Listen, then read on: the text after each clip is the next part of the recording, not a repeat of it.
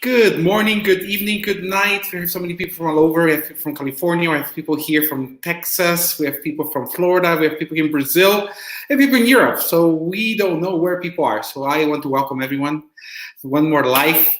Normally, I'm speaking Portuguese, but today it's special. I will be speaking English because we have someone super special coming in to share her journey. And then with her journey, we're lesson learned. We then are going to talk about something very special, something that we have encountered is becoming an issue, not just during COVID, but during our coaching experiences, right? It's how not to become a victim. We're going to be talking a little bit about that. And my name is Dietrich Wilkie, actually Didi for people that know me. It's easier to say this in Brazil and Europe, so Didi, they know me like that. And the reason of this channel and for me to be here once a week is to bring people together to talk about people that are doing the right thing with the authority to help people out, not just during this pandemic, but through all the time. So I've been bringing people like psychologists and NLP trainers and coaches and salespeople. But for me, since I work with Southwestern Consulting as well, it's so nice to bring someone that introduced me and interviewed me. So now I get the chance to introduce and interview her, which is super, super exciting. So everyone that comes in, please sign up and subscribe so you can get the new topics that I'm going to be talking about. And obviously say hi. That's the nice thing about this. You can write your comments. You can ask questions. I think as many people that participate, the better. So this is not expert talk. This is a talk between friends and people. And the more people can join and participate, the better and the richer this experience is going to be. But we no longer do. I'm super excited to present this amazing person. And I was a little bit sad because we're supposed to actually meet live. If it wasn't for this pandemic, we're having this amazing global summit where we're having a lot of training and meeting all of our wonderful coaches as partners. But it's always nice to see you on the other side of this wonderful webcam. So I'm going to bring this amazing person and start this amazing day. So, hi, Francine. Hi, I'm so excited about being here with you. Thank you. I'm more excited than you because you had the opportunity to interview me. Yes. But I've been researching you and I'm like, oh my God, she has so many special things as well. So she has a lot of nice little stories. So I'm so excited. I've been sharing it to everyone. This is really a conversation. And I normally like to hear the journeys of the people that are here. Yes. Because it's through the journeys that we have so many golden nuggets where we learn a lot of things and then we can jump into the victim. We had a lot of, we talked a lot about that, right, my friend scene, where we understand that victimization is something that is evil, puts people down, and we're going to talk a little bit about that later. But this is Francine, wonderful Ivy. Tell me the story, how you got to become this amazing person and joining the Southwestern family. Oh my goodness. Oh my goodness. What an awesome, awesome journey. So I actually was 12 years in sales and had excelled and done really well, had started working in a networking with a networking group. It was a brand new BNI. If anybody knows what they are, they're fantastic. And I met this awesome coach in a BNI. Named Jeff Brinson. And anyway, he was fantastic. He made coaching sound incredible. He trained my team several times and had no idea what the future would hold, but just knew that I was thoroughly impressed with how he represented Southwestern for sure. Years go by. And, I think not so long ago, Jeff just reached out and said, I think you'd be a fantastic coach. Are you ready for a transition? And I just so happened to be ready at that time. So anyway, had a fantastic career in direct sales. 12 years, rose to the top 0.1% of the company, had an incredible team that helped me get there, and just loved it. But oh my goodness, what a family. And I'm learning even more. This is my first global summit, Dietrich, and oh my God. Been incredible. I knew everybody was awesome, but really finding out just how amazing they are now. And see, this is how amazing people are. They rush through their lives and they think there's nothing special. And so I'm going to rewind wonderful scene and ask her because it's a little nugget. So I wanted actually to go a little bit more. When did you decide that selling was your call? When did you decide, like, oh my God, I like selling? Yes. Well, it's funny. I was an entrepreneur at heart as a little girl, and there was no doubt. As a matter of fact, I think that there are some people that are that right now, and they've been told to stop dreaming and get a real job and all this kind of stuff. Well, I never bought into that. Like, no, I didn't want anybody telling me what to do. I wanted to run my own life. I love people. I love being with people. I love helping people find what they need. And so I knew that my life was not headed down that corporate sit at a desk kind of situation. So my whole life has been that way. At the age of 16, I owned my own company and just kept going from there, maneuvering in and out of things, trying to figure out my way. But sales is one of those really unique things where you get to find a need and meet it and help people see their dream come true. So whether it's yeah, that is so exciting, right? Why is selling so important for you? Why do you see in selling this opportunity to do so much? Yes, well, in selling, and though people want to look at risk, right? They want to say, full, either whether it's full commission or part commission, and they want to all see the risk in that. But for me, it is freedom, right? For me, it's having no lid, that I can make my own way. I can make my own journey. I used to tell my team all the time, I get to give myself my own pay raises. I get to decide what I want to make. No one has to die for me to promote, right? I get to decide to do that myself. And maybe it's because I was an only child that I wanted to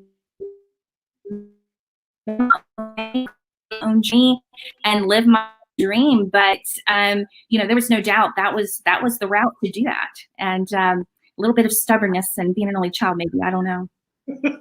Well, moving from being amazing in sales, because obviously to be part of Southwestern Consulting, we have to be a top producer in what we did to be invited.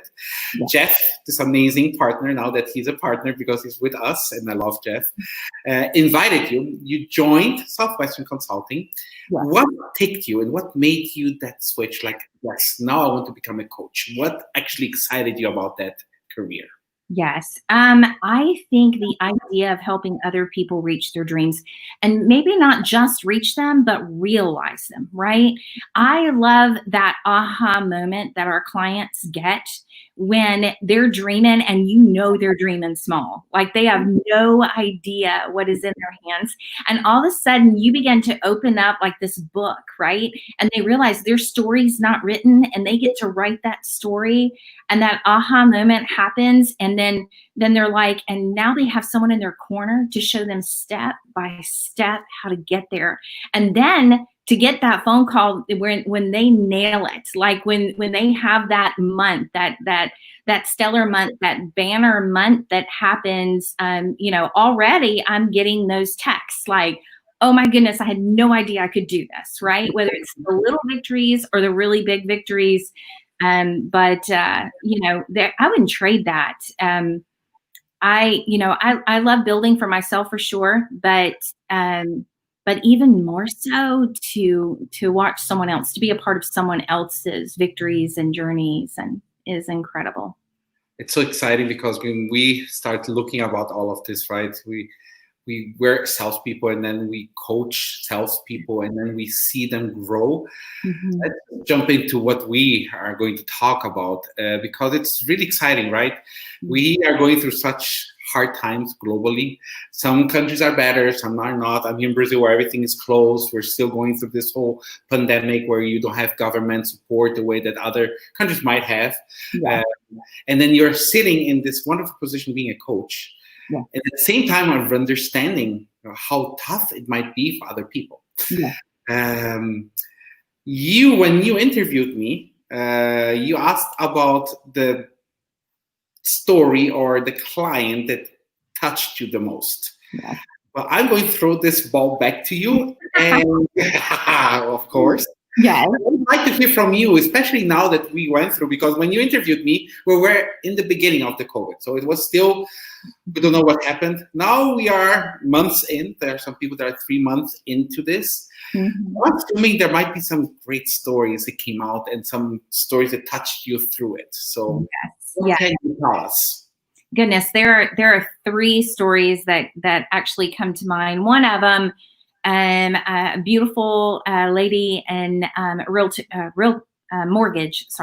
mortgage in Florida, and had a really great business. Did really wonderful, but knew that she wanted more goals and wanted to reach more goals, and had bigger dreams and really wanted to do something. And so, we talked about referrals, and we talked about prospecting. We talked about the verbiage, and speaking up, closing on the deal, right? And I'll never forget when she called me the first time and she said, "I did it. I said what I needed to say." We have this as salespeople. Sometimes we can be really passive in our closes, right? We just give this great presentation, and we share this really great stuff that we have, and then we just act like, "Okay, now do you want it?" And I'm like, man,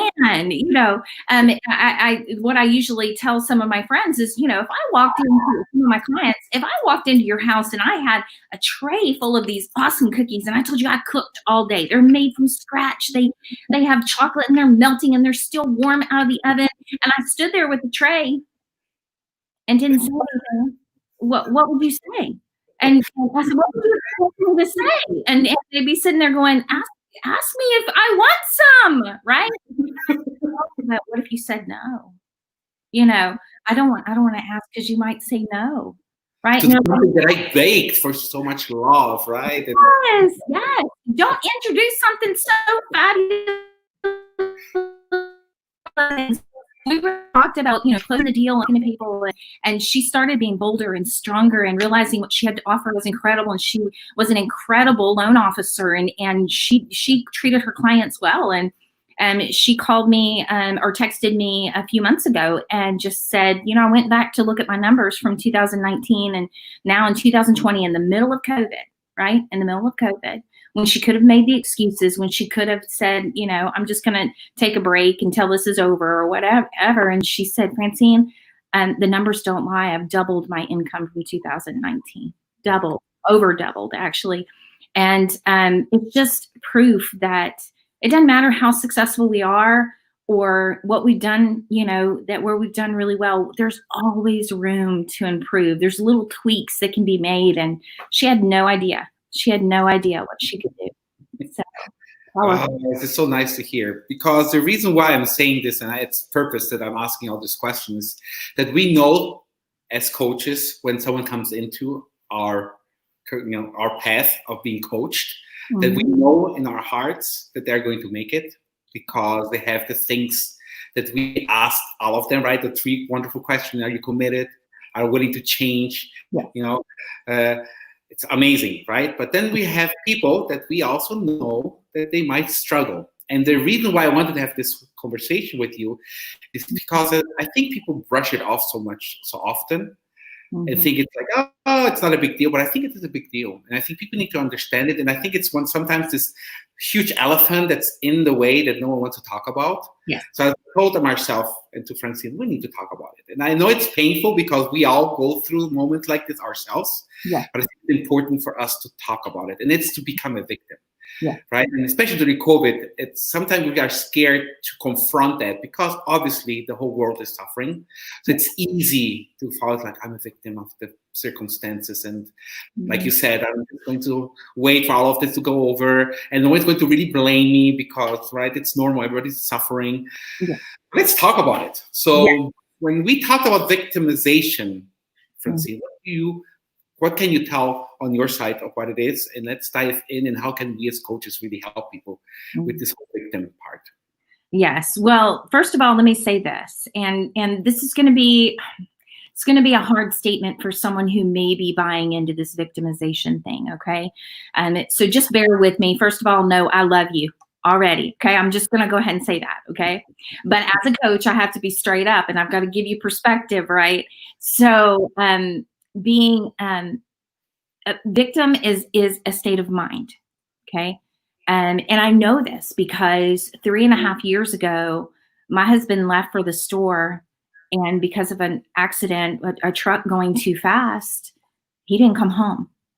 And I had 27 years of this incredible marriage. I mean, just to tell you that, I mean, we were more in love that day than the day I said I do 27 years before. Like, I still think about him and butterflies go off in my tummy.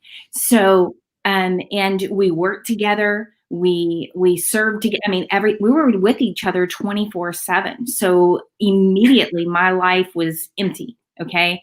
And there was a part of me that just wanted to crawl in the bed and put the covers over my head. I mean, it just did. And you know what? The world would have said it was okay. It was okay. I could do that. Yeah. But I had 3 amazing kids that were also grieving, right? And I had to be a mom. And I had to pick up our business, and I had to, I mean, there were just a lot of things that could happen. And so I had to make a decision. Now, did I grieve? Oh, Dee Dee, yes, I grieved. I mean, there were lots of times I crumbled in the floor of my bedroom and just told God, this is not fair. This is not my story. This is not what I want written, right? But I also had to make a decision every day to believe that my life wasn't over, and that yes, there was a comma in my sentence, but I had to keep going, right? And that there were incredible things ahead of me. And there were some things that I had to make a decision to do. And here we are in the middle of COVID. This is unprecedented, right? It's not just one part of our world doing this. We are all doing this, right? And you know, not only are we as salespeople dealing with it ourselves, but our clients are dealing with it, right? Our businesses, our whole lives have changed and turned upside down. And it would be really easy for us to give loses. But really, who loses in that? Who loses? We do, right? We lose. Our families lose, right? And so there are some things, some real techniques on what we can do to walk out and become. Yes, I mean, yes, we have to recognize something's happening, but there are some techniques on how to walk powerfully through really hard and bad times. You know, it's funny what you're saying, because it's so easy to be dealt with, right? And sometimes we do have crisis, and sometimes we want to believe that it's outside that's causing, but that's exactly us as coaches. We understand it's not easy, but we go through it ourselves. So we have to go through the same exercises ourselves so we can actually help other people. But what we learned through the whole process of understanding the tools of coaching and understanding, going through such, things that really can stop us, like having to come back to Brazil during the entire COVID and dealing with all the things that people like, you didn't have a need to do this. But what we understand, and that's what you said about the techniques, when you understand that if you understand that there are things outside your control, but then there's a lot of other things that you are in control. Yes. And if you snatch and grab all the things that you control, yes, the victimization disappears. Or at least you can handle and understand that this is really outside your control. You can do anything anyway. Yes. And I know, again, the same thing that Francine just said. It's hard for people to hear that we are in the situation we are because of our actions. It hurts. I know it hurts. Yeah. I know a lot of people don't want to hear that, but we are responsible for where we are right now. Yeah. But that's so beautiful, because if you're responsible, then we can get out of it, because we have responsibility. Can you imagine, Francine, if we were not responsible? I don't know how we could live. Oh, I know. I am not responsible for what happens to me, but I am responsible for what happens in me, right? And actually, there is freedom when we just own that, right? When I say that if I were to become the victim, that victim mentality says I can't control anything. The victim mentality says, this is all happening to me. And that sounds in a way, in a real deceptive way, comforting, but actually you totally lose control, right? And that's not a comfortable place to be in, and it just spirals. And I tell my kids all the time, just own it. Just walk in and own it. If you failed, own it. Man, be glad, dust yourself off and get up and go, glad that's over with, right? I love it. John Maxwell's book, fall forward, right? We can fall forward because we learn. And so, yeah, becoming a victim, you lose everything. But deciding to just own it and say, I'm going to control the controllables, which is what we teach, control what is controllable. Man, I take the power back in my hands, right? Yes, and there's two things, right? And actually, I'm going to bring up the module, right? Because we have amazing modules Southwestern. I think there's so many good exercises that I'm going to bring, and I'm going to have Francine and I shoot it back and forth. But there's two things that are important, right? The first one is the raft, right? It's actually really understanding that we are going through some moments, especially when we are in a very dire situation. That's okay. We need to realize that we are in a crisis. Yes, people are losing jobs. Yes, people are dying. Yes, it's hard. Because if we do not even realize that we are going through that, then we cannot even start getting out of something that we don't know we're in. Absolutely. Right? So once you actually realize and then you acknowledge, yes, I am here. Mm-hmm. Okay, so now what do I do? And I think the hardest part that a lot of coaching clients come to is like, okay, I realize it, I acknowledge it, but now what? So, right? So I have a little joke because we have one model, it's a little bit serious. I transform it a little bit in more fun, which is called the egg on the plate, right? So I do this with all of my clients, but I will do it with you because it's part of controlling the controllables. But how to make fun with that, right? So I want you all to imagine like this huge, wonderful little plate or big plate, this beautiful plate on this wonderful restaurant. It's just beautiful. And then in the middle of it is this perfect egg. Like it's egg with the egg yolk, it's perfect. And then you have the egg white and then the rest. Mm-hmm. In real life, the egg yolk is everything we control. The egg white is what we influence. Mm-hmm. And then the rest is what we have control over. Right? Wow. And then I'm going to ask Francine, and so what do we control? So if you look at the egg yolk, what can we as humans 100% have control over? There's several things. Attitude. Ta-da! Yes, attitude. We can dig deep into that one though. There you go, right? But we do, right? We have, like you said, things come to us, or sometimes we cannot really have control of the thoughts that come out of our brain, right? We don't know that, but we do have power of how to interact and how to react to those thoughts, to the things that come in. So like you said, what happens in us, right? So we have control of what our actions, right? If you want to study, if you want to wake up, if you want to now, we have total control of it. We have control of how to look at things. Yes. We have control, whether we like it or not, we do have control over it. Right? So everything that, like you said, that's inside, right? That we have control. Mm-hmm. Now, if you look at the egg yolk, like egg white, that's the thing that we do influence. And Francine, what do you have influence over? Other people. Other people, right? Okay. Right. So what other people might do. So we as salespeople, we are in this influential part, right? Where we actually are sharing information, explaining people so that they can make a conscious decision. But in that level, we're influencing people. Yeah. We're not controlling, we're influencing. And that's where the first stress comes in, right?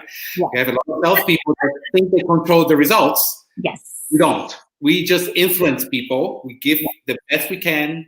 We answer the best we can. And then they have the decision and they make the decision. Right, that's their control, right? I have a lot of parents tell me, it's like, I control my kids. I'm like, not really. Right? And I always say, look at the baby. Yes. If he does not want to eat, he's going to spill he's going to spit it out. He spits it right at you. I'm enough. You can do whatever.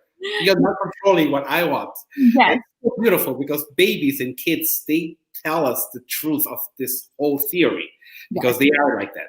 You can control kids. You can influence them, but control never. And you're right, right? The influence thing, it happens, the more you respect the person, the more influence they will have over you. The less you respect, the less influence. Mm-hmm. But then we go ahead. Yeah. I tell young parents all the time when they tell me, I've got my baby on a schedule. I'm like, they have you on a schedule. You just think they're on a schedule. Thank you so much. And I think it's important because when we also, and I'm doing this exercise because the victimization can go both sides. If people think that they control everything, they fall into this victimization because they realize they do not control that many things. But then we have people they think they don't control anything, Right. but we do have a lot of control. So this conversation, I hope you all are getting the golden nugget because it's very important. So now when we go into the blade, which we do not control, we cannot control, what are the things we have no control over, no influence? It just happens. What are the things, Francine? Oh my goodness, things going on in the world, right? And we have no control over COVID. We have no control over what our governments do. We have no control over the interest rates. We have no control over regulations. Lots of things we don't have control over. You know what the funny thing is? I did the research, and actually in Harvard, they were doing a research and they calculated how much time people actually spend their time on what they control, what they influence, what they do not control. Mm-hmm. Do you know how much percentage of time a normal human being spends on the things they do not control? I would imagine it's a lot. It's a lot. It's 80%. 80%. A lot of brain power. Can you imagine, Francine, that you spend 80% of your time worrying about the things you have no control over? Mm-hmm. Spend the anxiety, the fear, and all the things. That's victimization. That's becoming a victim. When you put so much energy on things that you have no control over, like the wife, right? Mm-hmm. It's like, God hates me. He made it rain. And I'm like, darling, he doesn't even know you exist. Right? But we do it every day. Every day. Yeah. God, why does God do this to me? It's raining right when I was happy and I wanted to do my exercise. And it's raining. We did it just purposely so that I could stay in bed. We go into this wonderful stuff and I talk crazy talk because we know that we have no control over that. That it doesn't really matter. It's all what you're going to do about that, right? Wow. And they also did the flip side, right? They start actually interviewing and they did a longitudinal study on people that are successful. And they realized that people that are successful consistently, they understand that. And we also see this in top producers. We do. Mm-hmm. That they actually spend most of their time on the things they control. Absolutely. Isn't that amazing? And it's true because when you do that, then the results come in. Mm-hmm. They have a schedule. They know exactly where to focus. They don't focus on results. They focus on activities. Yes. That's when we start seeing like, oh, it actually works. Because once I did this study, once you start looking at our clients, we understand perfectly who are the ones that are actually going to succeed because they switch the little needle and they start really looking at the things they control and the activities. Yes. And if those that do not, they are always blaming the system. Oh my God, Dietrich, oh my God, I don't have help, too much bottleneck, oh my God, too much traffic, oh my God, I don't have enough money to do my marketing, and it all becomes... Yeah, and that's when you hear these people tell you, oh, they're just lucky. They were born with that, they were at the right place at the right time, and I'm like, nah, that's not how it works. Yeah. Well, I think, right, that when people say I'm lucky, I'm like, you're not lucky. You prepared your life yourself and you saw the opportunity because opportunities are in front of us all the time. All the time. Yes. We just don't see them because we're not prepared to see them because, again, we're focusing our energy on things we do not control. But if we control, then suddenly they appear. It's kind of this little joke that we have, right? When you buy a suit or when you buy a car, suddenly you see all the people with the same car. Like, oh my God, everyone has my car. No, they were there all the time. It's just you were not, the filter was not there for you to see that you have the suit or you have the car, you have whatever, and suddenly everybody else has that too. What happens? Right. That's for me luck, right? It's not luck. It's there. You just didn't permit yourself to watch it and to see it. Yeah. So Francine, when we look at things like that, right? Victimization, looking into activity, why do you think it is so hard for people to focus on their control and not, go to the other way and say blame the entire system? Why do you think that happens? I think it's distractions. Allowing things to, whether it's, I tell people all the time, I check the news, I don't watch the news. I get on my social media a little bit, but I'm not dwelling there, right? We have to control what we allow to have access to us, right? We're told all the time, we are most influenced by the 5 people we most hang with, right? We become like those people.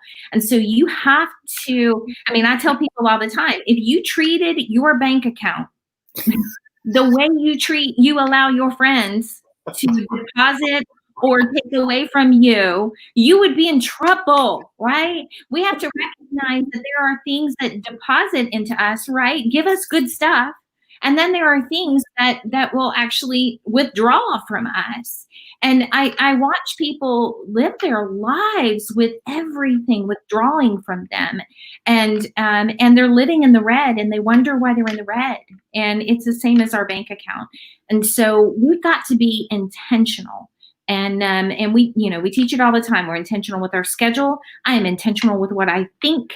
I am intentional about what I feed myself. I'm intentional about my friend groups. I'm intentional about what I watch. And you can be like that. And I know some of you are thinking that sounds like work. It doesn't, because it gives you life and energy and hope and peace and all those things, and it becomes a natural thing. And what Francine is saying, the reason why some people get stuck is, I stopped in the middle of the ref, but that's right. When you realize that when you acknowledge, like now that you acknowledge how can I move forward?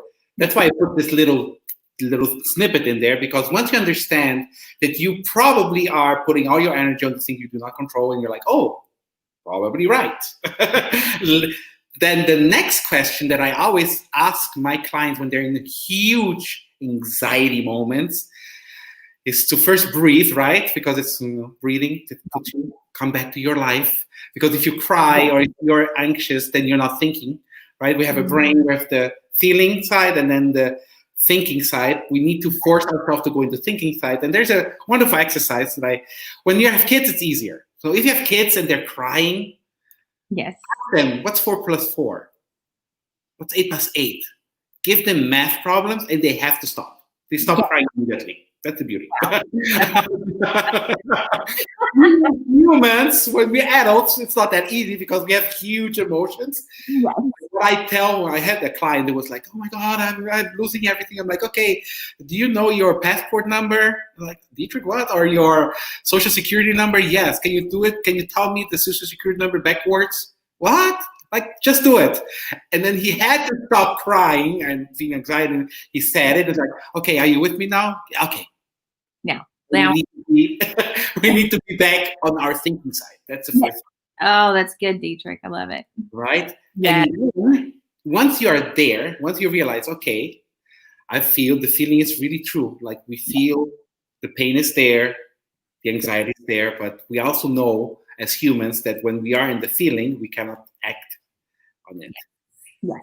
Right? So now that you kind of understand, hopefully with this little game, you understood that yes, we focus a lot on the things we do not control. Now that we are focusing on the things we control, that's the next step. The only way to be like, that's what we do as coaches, and that's what people don't realize. Right. But we create a lot of options because the brain is like that. The more options, the more abundant. Right. Because what happens with a lot of people is the scarcity feeling, right?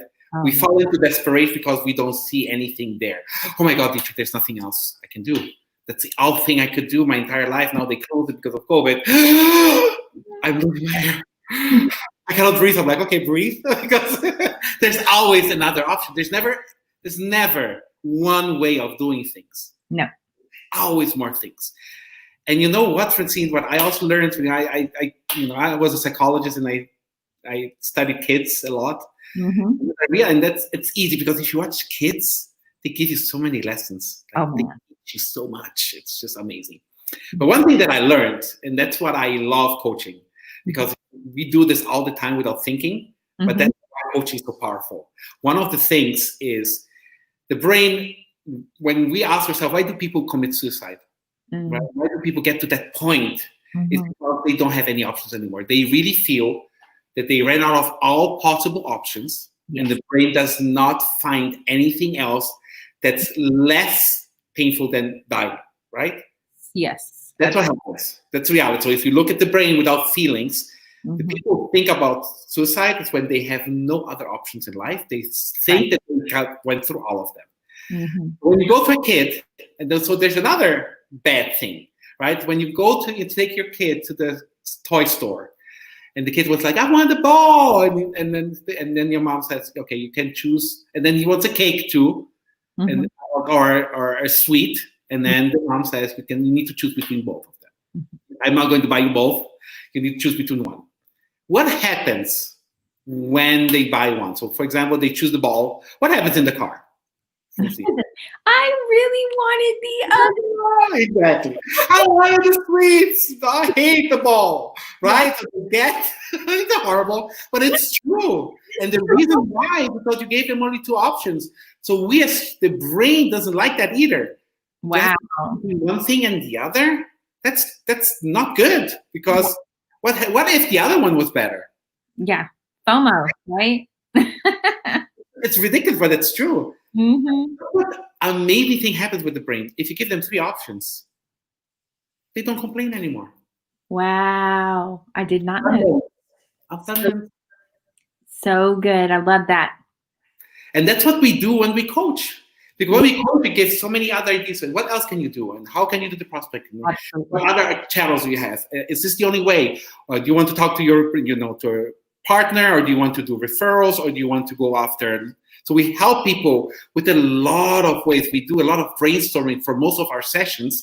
Brainstorming is part of it. So what else can you do? And who else can you talk? And who else is a client of yours? Because people this is not part of our system of actually opening up options.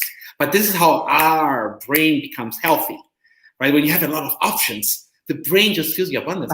I don't work with this, I have this, and now I have this. Great, so I can choose and not feel that I lost something. Isn't that amazing? Right.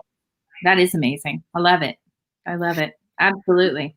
And then we go through this. So because, when we talked with this for Francina, I'm like, let me do some research here, because it's not easy, right? When you have someone truthfully, and we've seen this, Francine, where we have over 20 clients, we've seen clients that say like, Dietrich, I don't know anymore what to do. Like, I lost all this and this and this, and they have true stories, true feelings, true pain, right? And then we go through the raft, and then they're like, yes, I realize that I'm in this. I acknowledge, but then I'm like, but I don't want to own this, right? By understanding that you can, if you give a lot of choices, help the person. What happens automatically is like, oh, it's not that bad. I'm not happy yet, but it's not that bad. Yes. I have choices, right? And then now you have to own them. Yes. Right?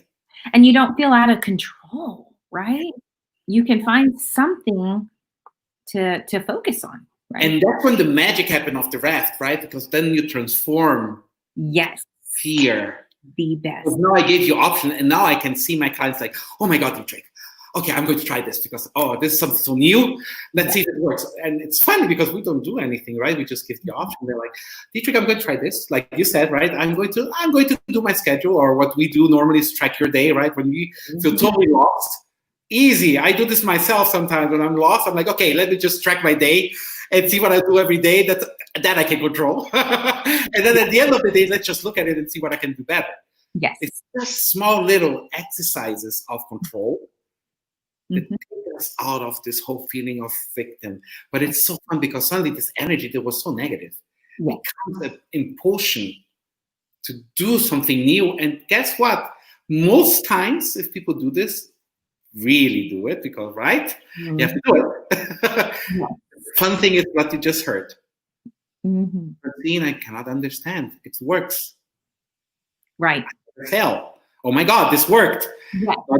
Maybe it didn't work the way that I expected, but it worked. And since I opened the door and there's a new way, now it's a proof that you can change. And I think that's what we normally are scared of. Yes. It's the unknown, right? We unfortunately live in the past, and we live in our past failures. Mm-hmm. So that's really what happens, right? Yeah. Come to a coach, and the coach tells you, like, can you do this? Like, why can't you try something new? It's like, teacher, I tried everything, it didn't work. I did that. That feeds right into that thing of, if we can just give them that one action. And what do we know action does? Action kills fear, right? I used to just say, action will get rid of fear or whatever. No, it kills fear.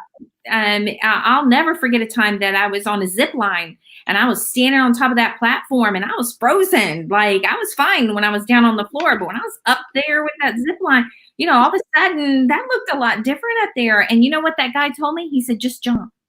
Just jump. Don't stand there and think about it. And you know what he knew? He knew if I stood there and thought about it, I was crawling back down that ladder. And he knew if I ever jumped, that'd be it. I would be good. And sometimes you need to allow your coach to give you those steps and then just jump. Sometimes I look at my client and I'm like, whether you believe me or not, whether you're fully bought in or not, just do it. Just do it, and you're gonna fly. It's gonna happen. Being coachable. Being coachable. Yes, being coachable. Yes. Yes. I'm in it with you. I'm in it to win it for you. I would not give you bad advice. Your success is personal to me. I want you to succeed. So trust your coach. Trust your coach. I know. It's just so fun because the reason I want to really say, hopefully this conversation gives people some nuggets, right? Because we sometimes don't understand really what coaching really is. Sometimes it means that you're coming in there and people are telling you what to do. But coaching, really what it is helping you. Unfortunately, I'm going to say this again. Francine was so right. We love you, but sometimes we need to be very, very upfront and honest. And that's part of the coach's job, to be upfront and honest. Yeah. But on the other side, I will believe in you whatever you say because I'm upfront and honest. Because if you want to go somewhere, I'm going to help you get there. Yes. That's the beauty, right? Yes. That you can help. Yes. Correct? And one of the things that for me are most important is for you to understand that if you do the same things, that's expecting a new outcome. Yeah. I heard that before. That's the definition of insanity. Absolutely. So I ask you all here, it's so important for you to understand that sometimes it's hard because sometimes you are in a place, sometimes it's shameful, right? I think we as coaches, we go through the same problem, right? Sometimes we wanted to be somewhere and we are not there. Mm-hmm. The first thing that we need to first do is acknowledge we're not there, and it's okay. We're humans, we make mistakes. Mm-hmm. But if you do not acknowledge that you are not in the place you want to be, then you cannot go anywhere. Exactly. Right? So trust yourself, and it's that mirror, right? Because what our job is as coaches is to help you be able to watch at the mirror and be proud of what you see on the other side. Absolutely. Right? Even though it's not what you really wanted at the beginning, but it can become something so beautiful. But it starts by accepting who you are right now and watching yourself and trusting that you can become better if you choose to. And the only way is to control the controllables. If not, there's no way you can get out. Yes, absolutely. Oh my God, that's so exciting. So Francine, we're getting to the end, but what would you give as an insight, particularly to your story, something that you could tell directly to the people that are watching it? The good news about this is all going to be recorded, so you can watch it over and over. You can send us notice, right? You can send us comments. I will answer them all. But if you had one thing to tell to the person that's right there suffering, because I know there are people suffering out there during COVID. Some people that really are looking at what we're saying like, oh my God, Dietrich, yeah, right. Sounds so easy. It's not that easy. So what would you tell to them? Number one, just I want you to be intentional. There's a couple of things that I did during that time when And, emotions, I couldn't control my emotions, right? They were the warning lights going off telling me something's wrong. But what I could control is my self-talk, right? What was I saying to myself, right? What and so I made intentional self-talk. Now for me, because I'm a believer and my faith is big, a lot of that was scripture, things that I knew that I needed to stand on and knew was the truth. And so I took my self-talk and I created, and it's so important. And it can be anything from, I'm an overcomer. For me, when I was dealing with the death of my husband, I believe that there's an eternal life, that one day I was going to see him again, and then I was going to be okay. And so I intentionally wrote down 15 things that spoke against every fear and every, sadness. And some of them were to accept, I'm sad, you know, to accept that grief is hard and it was going to be a roller coaster and there was going to be waves of things. And, I literally, you stand on beside the ocean and you watch those waves. That's the way it looks. But to have intentional self-talk, and can I even say this? I say it out loud. I mean, sometimes I think my kids think, what is mom doing in there? Because I'm having a bad day, I'm going to say it loud, and I'm going to say it, and I'm going to say it standing up with my hands crossed, just like I would when I was 2, and adamant about something. I am an overcomer. I am valued. And what I bring to the table and to the world is valuable. I'm a ball of energy. I can take on the world and spin plates like nobody else. I will succeed at the things that I set my mind to, right? And so many times I think we just allow our thoughts to just roll around in our head. Don't do it. Don't do it. Be intentional. Set your day. And I'll be honest, it's not just a morning thing for me. If I have a bad phone call or someone didn't listen to me and they should have, or whatever it was, I'm calling a manager and they don't want a workshop, right? I pull my self-talk back out, right? I'm not falling to that. I am valuable. What I bring to the table is valuable, and I'm a ball of energy, and I'm going to be successful today. You need to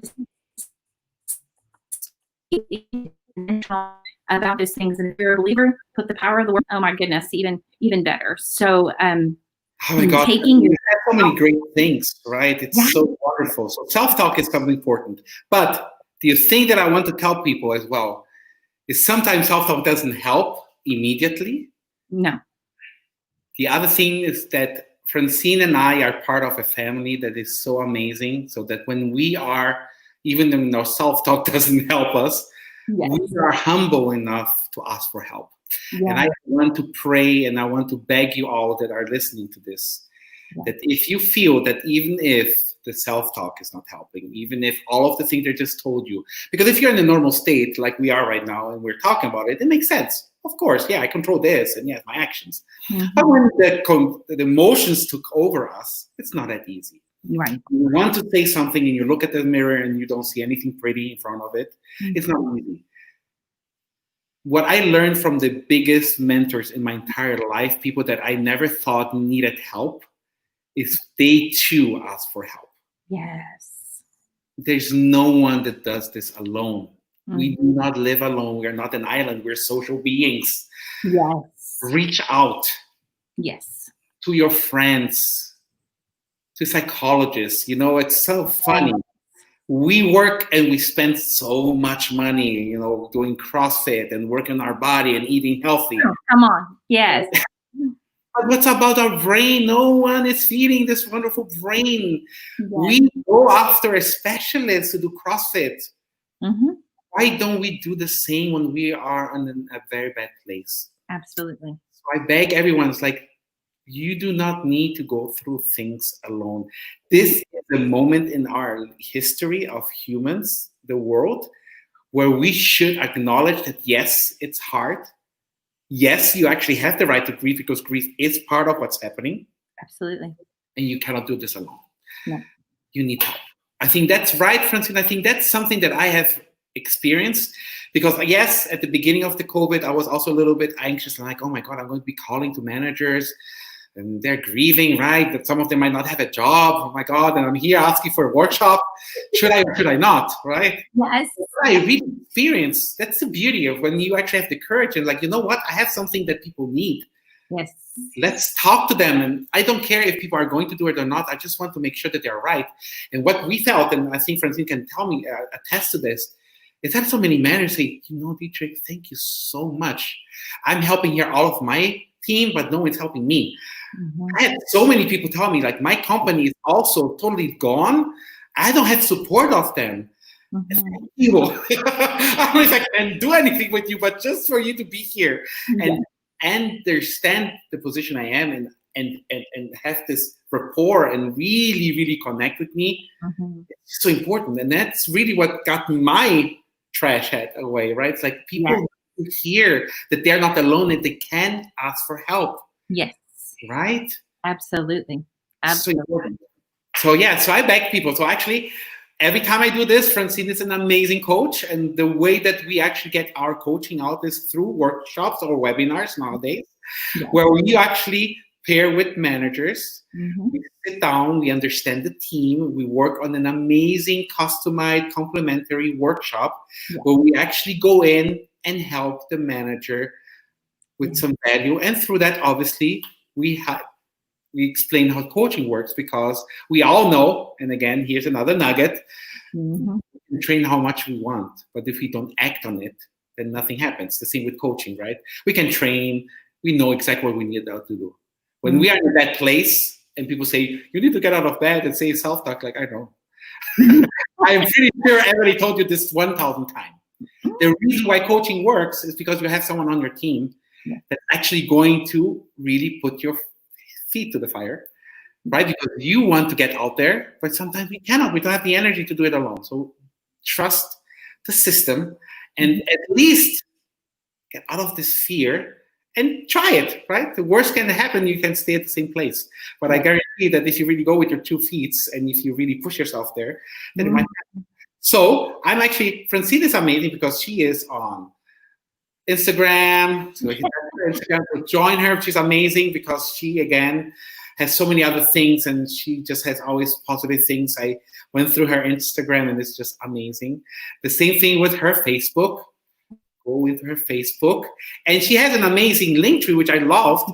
Because if you go to this one, you have all of her sites, everything that you need. You can even request, because we do also have business action plans. So if you don't have a team, if you're solo, right? I have a lot of chiropractors or sometimes even lawyers or people like, I don't have a team, but I need help too. You can schedule a business action plan. If you feel that you could be a little better, or if you want to understand if you have a purpose, or if there's part of your business that you want to be a little bit better, well, offer a business action plan. We do this only for people that are very serious. So we go through a test with the people, right? Because don't do this with everyone. But those people that really want to make sure, am I at the place I want to be? Could I be a little bit better? Yes. And if you don't have a team, we do that too. So Francine has it there too. You know, here, if you want to do it too, we both are the same and we both work together. That's why I love Southwestern. One person helping the other. A lot of competition, but at the end of the day, we are here to change lives. Absolutely. And I think Francine said this wonderful story. I was an entrepreneur since ever, but it's when we fell into coaching is that we can continue being an entrepreneur. Sure. But in the same helping people to move to such a wonderful place, because the stories that we have is what probably drives us. And in my case, I have to thank them so much, because the days that I didn't feel like going out of bed, or I'm like, oh my God, this is not going to end, and I'm here almost 3 months in Brazil and I cannot get out. You're lucky there in the United States, but I cannot get out anywhere. It's my clients that make me alive. It's my clients that put me out of bed, because I know that if I'm there and I'm helping them and see their success, gives me the energy to continue being. Yes. Right? Right. Yes. Yes, absolutely. So last minute talk. So I'm going to allow Francine to end this conversation by giving her insight nugget. What would you say as the end of this wonderful conversation. And Francine, you're amazing. So I had the chance to just talk, but now hearing you, I'm like, oh my God, she's awesome. Well, Dietrich, you're my favorite. Just saying, just so much fun, and just thank you. First of all, thank you so much for allowing me to be here with you again. But just to encourage everybody, you don't have to do this alone. Just like Dietrich said, this too shall pass. I promise you. And you can get through this. And I'm speaking to someone who maybe feel like right now I can't even get my head off the pillow. And so I'm telling you, first, you need to reach out. You need to let someone know how you feel. Don't pretend you don't feel. Just like we said, realize and accept, I'm feeling like this. This is real. When I was in the middle of my grief, I let my friends know. When it wasn't going well, I let them know. I had a few key people that I said, you're going to have to be able to take me being real, me saying things I probably shouldn't, don't make wise things come out of my mouth, but I need to be able to take that to you. You need some friends like that. If you don't have friends like that, you need to find friends like that. And then, do not allow your thoughts to control you. You speak into them. Your mind is not your friend. It's going to keep you safe and it's going to keep you comfortable. And when we're going through hard things, safe and comfortable is not the best place to be. We need to speak life into things. And so that, of course, is where your intentional self-talk needs to come into play. And then what I want you to realize is that everything you're going through is strengthening you. I mean, it is strengthening you. And you, if you choose, you can fall forward, learn from the things that are going on. You don't just have to survive this. You can be successful in this. And then even better, and what we've learned and what's made us coaches is we also realize not only can we be successful, but we can actually be significant in other people's lives. Your story will change lives. And I've chosen to allow one of the hardest times of my life to fuel and to help transform other people's lives. So your story makes a difference. So. Oof, and I think we didn't say it. We all have coaches ourselves, right? We cannot do everything on ourselves. Absolutely. Mm-hmm. Ask yourself, and I think this is very true. If you look at all of the very successful people, all of them, I bet you, they have not done alone, and they probably have a coach at some sort, a mentor, coach, someone that they need to rely on, because we cannot go at life alone. Like you said, if you don't have a friend, please find a friend. Yeah. Reach out, be truthful. You need to have that person that you can say things without fear of being judged. Mm-hmm. Hopefully, that. If not, my God, we are here too. Yes. Francine, it's been amazing from the first time I met you, and when you allowed me to talk about my life. Yeah. It was very precious to have you on the other side and hear a little bit more about your life, about your kids, about the successes, about the pains and the journey, and to transform that into the propulsion of being significant to other people. Oh my God. You're amazing. That's why I love what I do. That's why I love the team and the world that I am in. Thank you so much. And to all of you, I don't know if people realize it, but it's funny. There's so much teaching in what we just said. Hopefully, if you go back, there's so many golden nuggets out there. So catch them, use them. This is a gift from me and her, because I know it's not easy for so many people out there. So with that said, thank you so much. Have an amazing evening. And I'm going to see you tomorrow, Francie, because we are in Global Summit, which is I see you tomorrow bright and early. Yes. Thank you, everyone. Bye, everybody. Bye-bye.